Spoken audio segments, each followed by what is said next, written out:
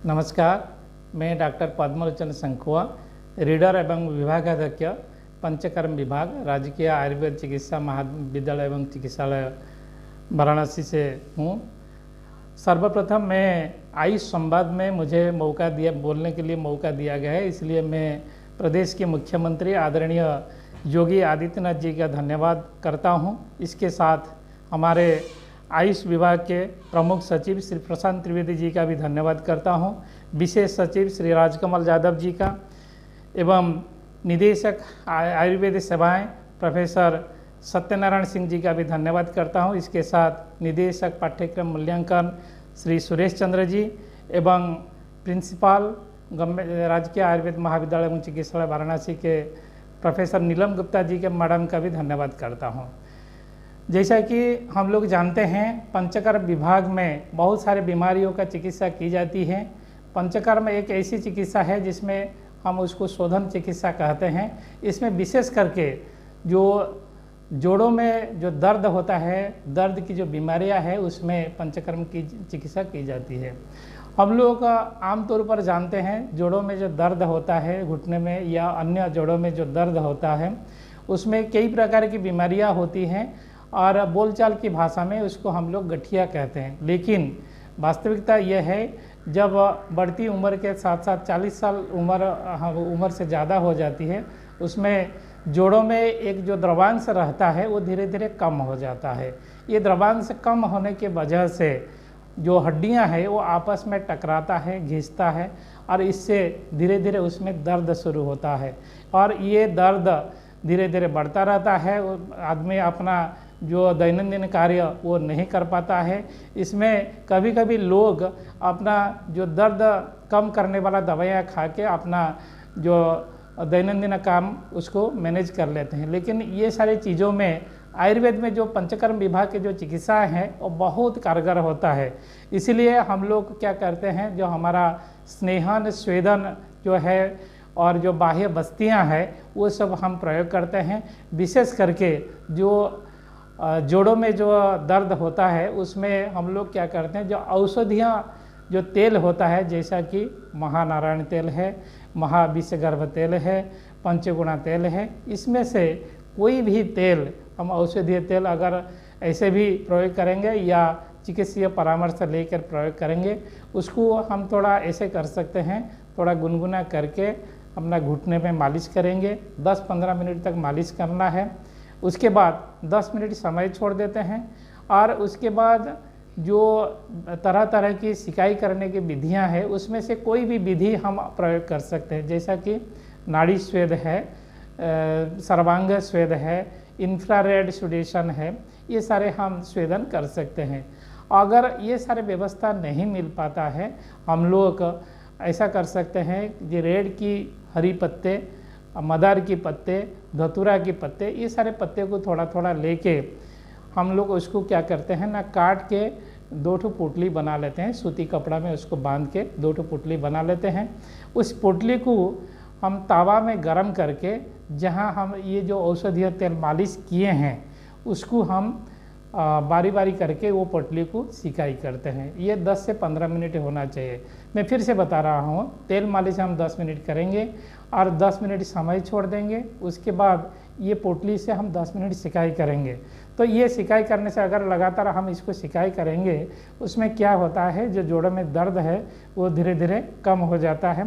इसके साथ साथ ये जो तेल सूख जाता है, जो मैंने जो घुटने में या जोड़ों में जो द्रवांश है ये जो कम हो जाता है, उसको ठीक करने के लिए पंचकर्म में एक बढ़िया व्यवस्था है। उसको हम लोग जानू बस्ती कहते हैं। उसमें क्या होता है, उड़द की आटा और गेहूं की आटा दोनों को मिला के, उड़द की आटा जितना लेंगे उसका 1/4 4 गुना हम लेंगे गेहूं की आटा, उसको मिला के पानी में गूंथ के हम घुटने के चारों तरफ घेरा बनाते हैं और उसमें कोई भी औषधीय आयुर्वेदिक जो तेल है उसको हम थोड़ा गुनगुना करके उस घेरा के अंदर रखते हैं और ऊपर से किसी तरह से हीट देने की व्यवस्था करते हैं। उसमें ये विधि को हम आधा घंटा मिनिमम कर सकते हैं रोज़ाना। अगर ये विधि से हम चिकित्सा करते हैं तो जोड़ों में जो द्रवांश कम हो जाता है, ये उसमें धीरे धीरे अपने शरीर की स्वाभाविक प्रक्रिया से वो द्रवांश बनते रहता है और जो फ्लूइड जितना होना चाहिए वो धीरे धीरे मेंटेन होता है। इसमें क्या होता है, तो दर्द कम हो जाता है और ये लंबी समय तक ये उसमें आराम मिलता है। इसके साथ साथ जो आयुर्वेदिक औषधियाँ हैं, जैसे वात विध्वंसक रस, महावात विध्वंसिनी रस और रसराज रस, ये सारे चीज़ हम ले सकते हैं। और गुगलों में जैसे गुगल औषधियाँ हैं, उसमें जोगराज गुगल है, कैसर गुगल है, ये सारे गुगल हम ले सकते हैं। और इसके साथ कुछ कैल्शियम की दवा हमें लेना पड़ता है, जैसे बहुत सारे कैल्शियम की दवाएं हैं और उसमें हम जो भी कैल्शियम है उसको हम ले सकते हैं। ये इसको हम जो गठिया कहते हैं, संधिवात कहते हैं, ये इसकी चिकित्सा है। इसके अलावा और एक बीमारी है जिसको हम लोग आम बात कहते हैं और अंग्रेजी में इसको रिमाटिज्म कहते हैं। ये बहुत सारे कारण से होता है।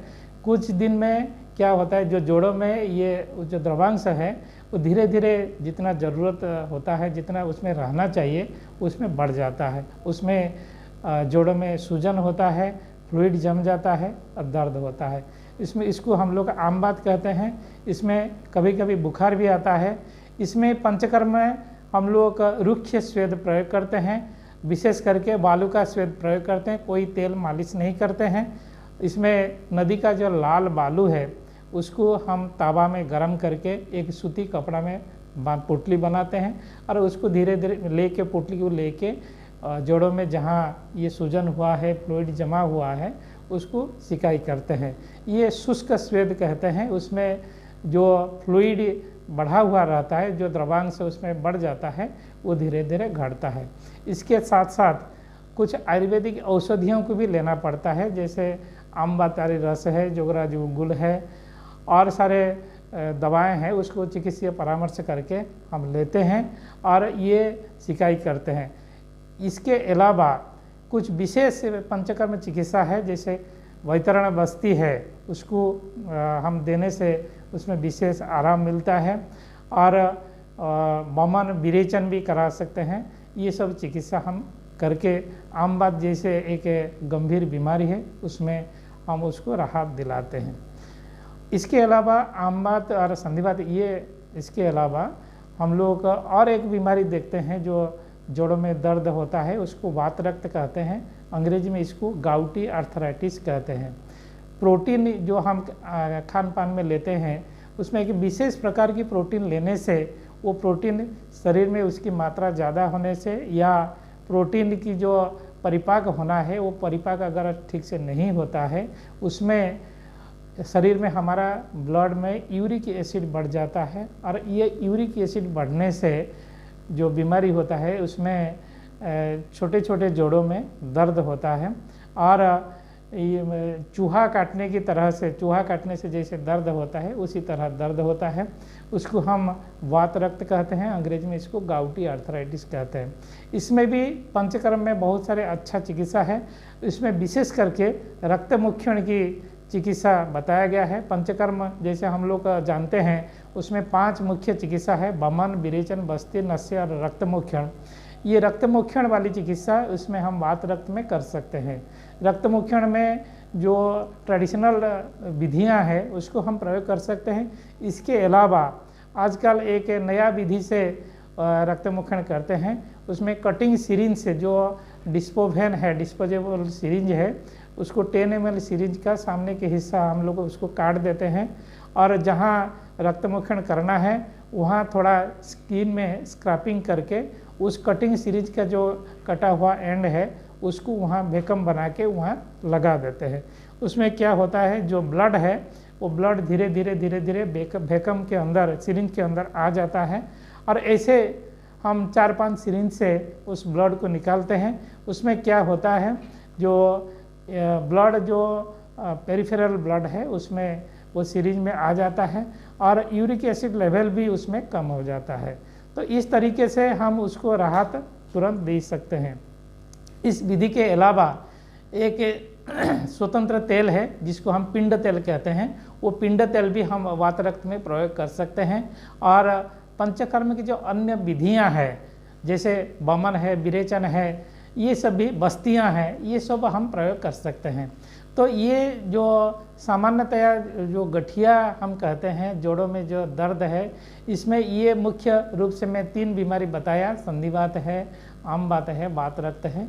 ये तीनों के लिए पंचकर्म का चिकित्सा बहुत अच्छा कारगर साबित होता है। ये सब हम आयुर्वेद कॉलेज में हम प्रयोग करते हैं और ये सब आम आदमी के लिए ये ज़्यादा कारगर होता है। धन्यवाद।